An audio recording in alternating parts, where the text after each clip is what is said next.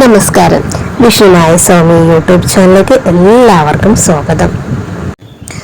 വേനലവധി കഴിഞ്ഞ് സ്കൂളൊക്കെ തുറന്നു അല്ലേ? എല്ലാ അച്ഛനമ്മമാർക്കും ആഗ്രഹം കാണും തൻ്റെ മക്കൾ പരീക്ഷയിലേക്ക് ഉന്നത വിജയം കരസ്ഥമാക്കണമെന്ന്. അറിവിൻ്റെയും ജ്ഞാനത്തിൻ്റെയും ബുദ്ധിയുടെയും ദേവതയായി സരസ്വതി ദേവിയെ നമ്മൾ ആരാധിക്കുന്നു. സരസ്വതി ദേവിയുടെ മന്ത്രങ്ങൾ ജപിക്കുന്നത് വിദ്യാർത്ഥികൾക്ക് ബുദ്ധിശക്തി, സർഗാത്മകത, പുതിയ ആശയങ്ങൾ ഗ്രഹിക്കാനുള്ള കഴിവ് എന്നിവയൊക്കെ നേടാൻ കഴിയുന്നു. ഹിന്ദു സംസ്കാരത്തിൽ പഠനം ആരംഭിക്കുന്നതിന് മുമ്പോ പരീക്ഷ എഴുതുന്നതിന് മുമ്പൊക്കെ ആളുകൾ സരസ്വതി ദേവിയെ പ്രാർത്ഥിക്കാറുണ്ട്. പരീക്ഷാ സമയത്ത് സമ്മർദ്ദം, മറവി, ശ്രദ്ധക്കുറവ് എന്നിവയൊക്കെ ബുദ്ധിമുട്ടുന്ന വിദ്യാർത്ഥികൾക്ക് ഇങ്ങനെ ചെയ്യുന്നത് നല്ലതാണ്. സരസ്വതി മന്ത്രം ജപിക്കുന്നത് മനസ്സിനെ ശാന്തമാക്കുകയും ഓർമ്മശക്തി വർദ്ധിപ്പിക്കുകയും ഏകാഗ്രത മെച്ചപ്പെടുത്തുകയും ചെയ്യുന്നു.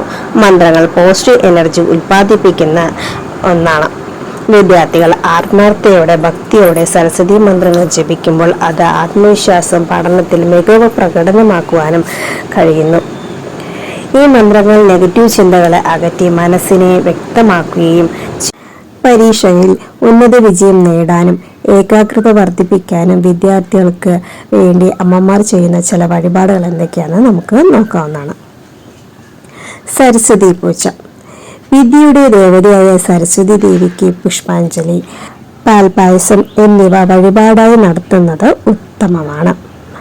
അതുപോലെ തന്നെ ഗണപതി ഹോമം. തടസ്സങ്ങൾ മാറുവാനും ബുദ്ധിശക്തി വർദ്ധിപ്പിക്കാനും ഗണപതി ഭഗവാന് അപ്പം, മോദകം അല്ലെങ്കിൽ ഗണപതി ഹോമം എന്നിവയൊക്കെ വഴിപാട് കഴിക്കുന്നത് നല്ലതാണ്. അതുപോലെ തന്നെ ശിവക്ഷേത്രങ്ങളിൽ ദക്ഷിണാമൂർത്തിക്ക് അർച്ചന നടത്തുന്നതും ഓർമ്മശക്തി കൂട്ടാൻ സഹായിക്കുന്നു. അതുപോലെ നവഗ്രഹ പൂജ. ബുധൻ, വ്യാഴം എന്നീ ഗ്രഹങ്ങളുടെ അനുഗ്രഹത്തിനായി പ്രത്യേക പൂജകൾ നടത്തുന്നതും വിദ്യാകാരനായ ഗുണങ്ങൾ നൽകും.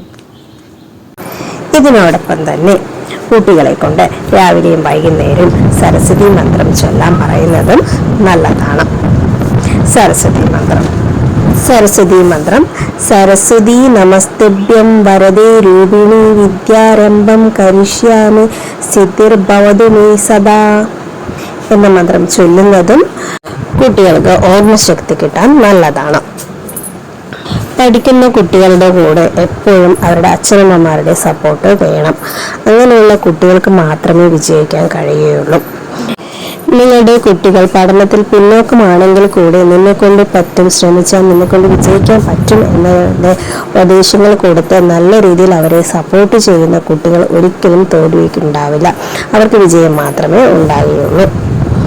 എല്ലാ കുട്ടികളും പഠിച്ച് മിടുക്കന്മാരാകട്ടെ, അവർ ഉന്നത വിജയത്തിലേക്ക് നയിക്കട്ടെ എന്ന് പ്രാർത്ഥിച്ചുകൊണ്ട് നിർത്തുന്നു. നന്ദി, നമസ്കാരം.